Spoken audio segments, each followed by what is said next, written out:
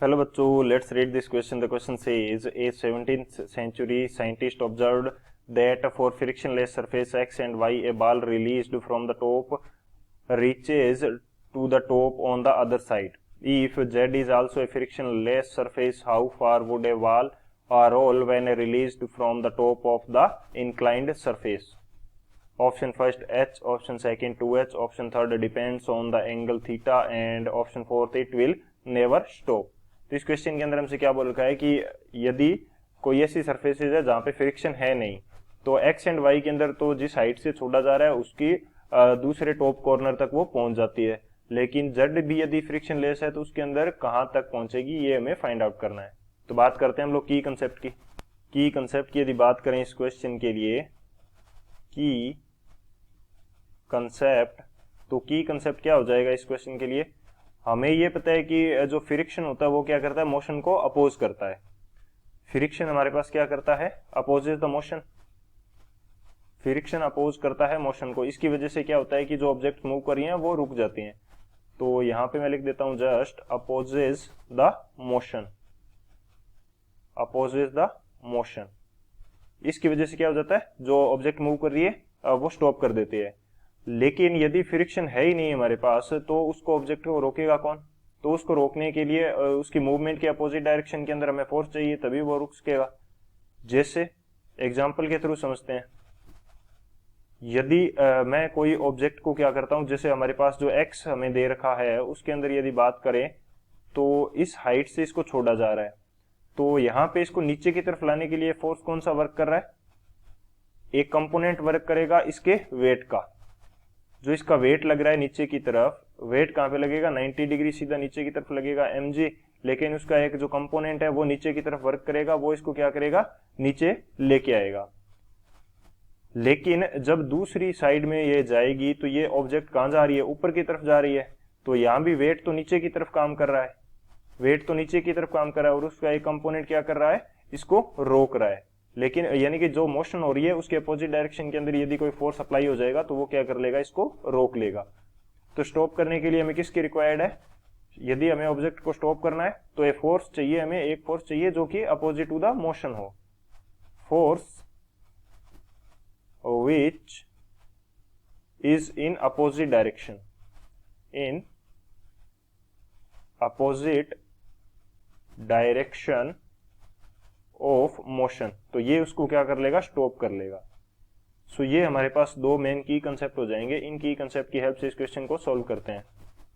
Solution की यदि बात की जाए तो सॉल्यूशन हमारे पास क्या हो जाएगा, जब फ्रिक्शन हमारे पास है नहीं, हमने ऑब्जेक्ट को मूव कराया, तो जैसे मैं ये एंगल, इसी फर्स्ट एग्जांपल की बात करते हैं। यहां पे इसका वेट कहां लगेगा, जस्ट नीचे की तरफ mg, नीचे की तरफ एक कंपोनेंट लगेगा वेट का, तो ये एंगल हमारे पास क्या हो जाएगा, कोई एंगल मैं मान लेता हूं जो कि ये एंगल मैंने मान लिया कितना हो गया, थीटा एंगल है मेरे पास, ये एंगल मैंने मान लिया थीटा है। सेम कंडीशन क्या होगी जब ये दूसरी साइड जाएगा, तो वेट तो अभी भी इसका 90 डिग्री पे लग रहा है, नीचे की तरफ अर्थ की तरफ लग रहा है। यहां भी कंपोनेंट क्या हो जाएगा, यहां भी एंगल क्या हो, यदि ये रुक रही है, कोई अदर फोर्स तो लग ही नहीं रहा है इसके ऊपर, तो यदि ये रुक रही है तो इन द अपोजिट डायरेक्शन हमारे पास फोर्स लग रहा है, मोशन के अपोजिट डायरेक्शन के अंदर, और वो भी कितना होना चाहिए, जो पहले इसको नीचे लाने के लिए जो कंपोनेंट लग रहा था वेट का उसके सेम होना चाहिए। तो बेसिकली ये कंपोनेंट कौन से होते हैं, दोनों कंपोनेंट क्या होते हैं, mg cos थीटा होते हैं।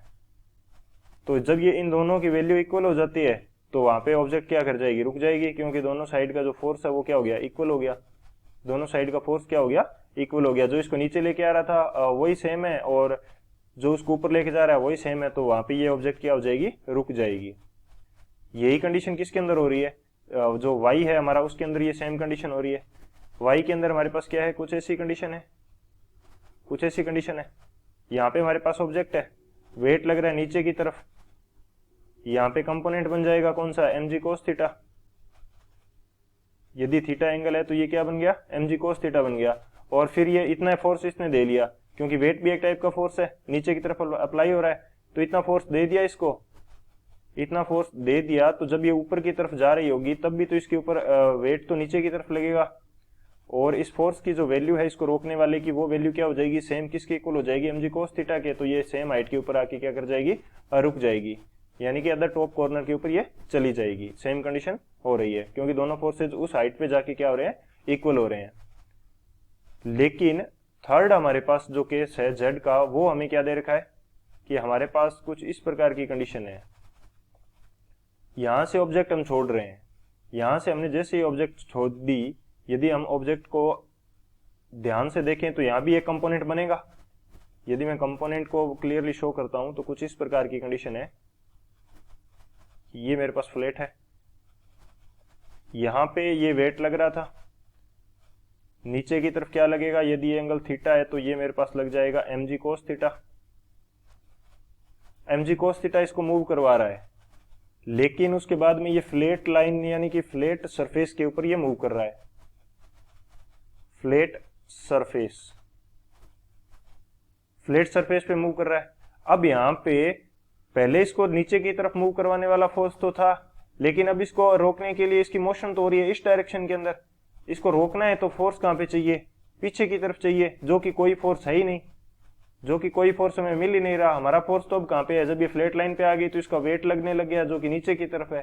तो ये दोनों तो अपोज ही नहीं कर रहे इसको, ये जो वेट है ये पहले वाले फोर्स को तो अपोज ही नहीं कर रहा जो इसको मोशन दे रहा है, जिसने इसको मोशन दी उसको तो अपोज कर ही नहीं रहा। तो फोर्स जो रोकने वाला फोर्स है ही नहीं, तो ये रुकेगी नहीं कभी, ये क्या करती रहेगी, मूव करती रहेगी इनफाइनाइट टाइम तक, नेवर स्टॉप्स। तो यहां पे क्या हो जाएगा, there is no force in backward direction to stop the ball. अब यदि कोई फोर्स ही नहीं है तो ये रुकेगी नहीं। तो कौन सा ऑप्शन करेक्ट हो जाएगा हमारे पास, जो डी ऑप्शन है, इट विल नेवर स्टॉप, ये हमारा करेक्ट हो जाएगा। So option D is the final answer. I hope you understood it well. Best of luck. Thank you.